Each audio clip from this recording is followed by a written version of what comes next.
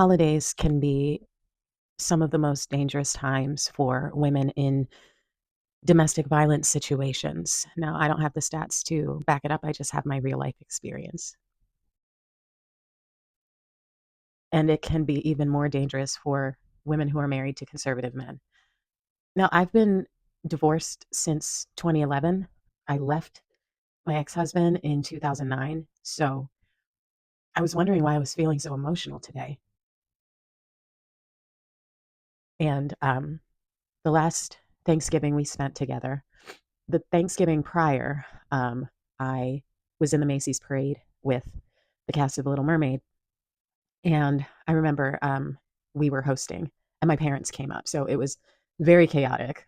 I got very sick because if you are a Broadway performer, past or present, you know that that Thanksgiving schedule is brutal. It's like we're grateful to be on the parade, but it's exhausting. So the following year, we were not in the parade, and we were keeping it small. And I remember my best friend at the time was going to come with her parents. So I had found this recipe for a turkey on Oprah's website. The thing is, when you are married to someone who is verbally abusive and has fits of rage, the slightest thing will set them off. You don't know what it's going to be that day. Your job is to just try and neutralize the situation. And it's crazy because these memories came back so clearly. Like, I haven't thought of that apartment on Ocean Avenue and Parkside in Brooklyn. I haven't thought about that in years. Like, I had actually forgotten what it looked like for a time. But today, everything just popped back so clearly. I was basting the turkey, and he came out of the room and started screaming at me because he thought I was being wasteful with the foil. I tried to diffuse the situation. Um, it was like he yelled at me so bad that I actually had to go lay down because I when you're in that space where you are literally cornered, like the old kitchen was such that the oven was kind of in the corner, and I was crouching down to, you know, deal with the turkey, and he had come out from the back hallway and was standing over me. So when you're getting yelled at and you're near a hot stove and an oven and you're crouching down and someone is yelling over you, I mean, you're trapped. So I went and I laid down.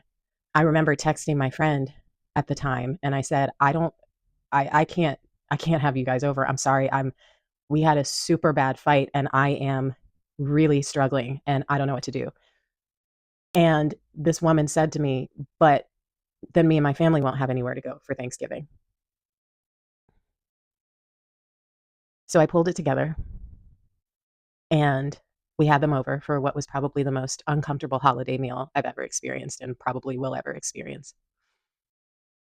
Now that I have gotten some space from that, it's been 13 years.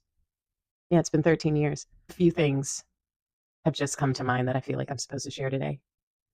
If you are a guest at a holiday meal and you walk in and the energy doesn't feel right, I want you to just clock it and be ready to support if needed, because this is somebody who might need your help in the future. Don't judge it, just clock it.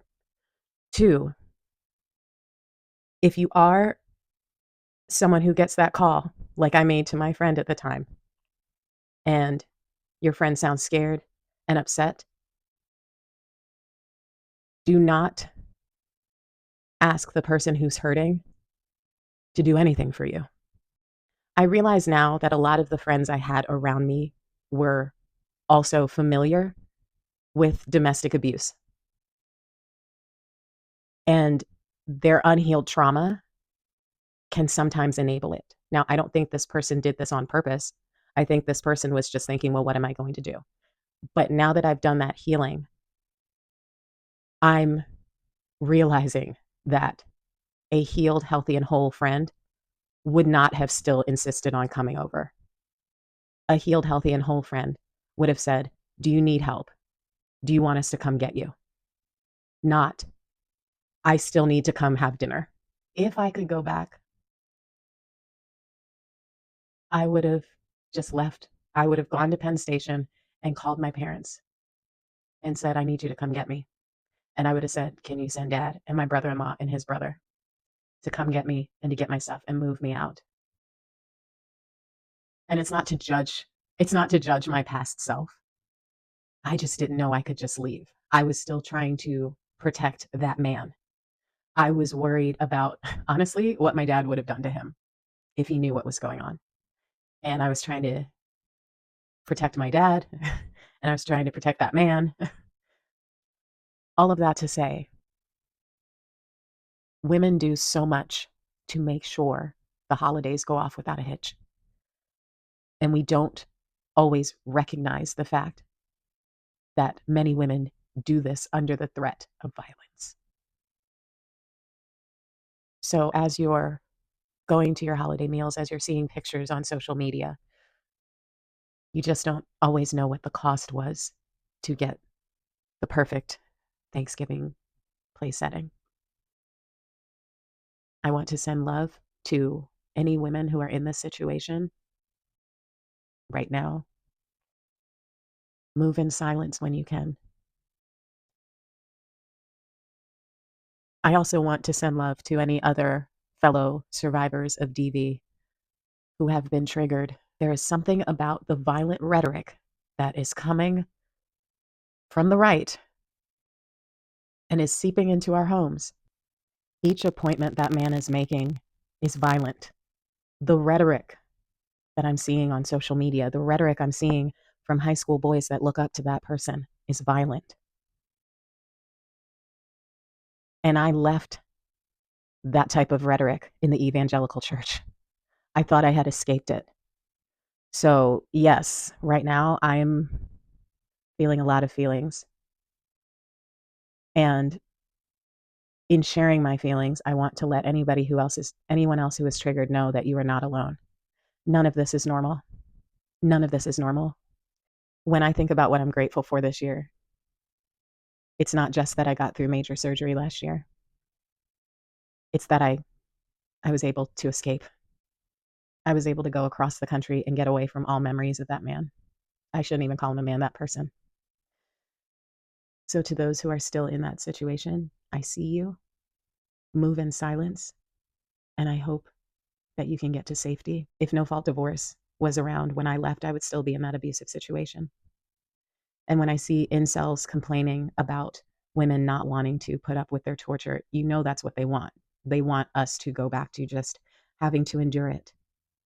But what I want to say is that, especially if you are in this situation, you deserve to be in a marriage, in any kind of relationship. You deserve to be in one that is safe year round. And I give so much grace and love to that version of myself who pulled it together because I had been gaslit to believe all of it was my fault. I am so grateful to be where I am now. I'm grateful to be in a safe location where I can talk about these things. And I am grateful that I've done so much healing that I'd rather be single than to ever get into another relationship with a man with those tendencies. And to be clear, I have been dating since then.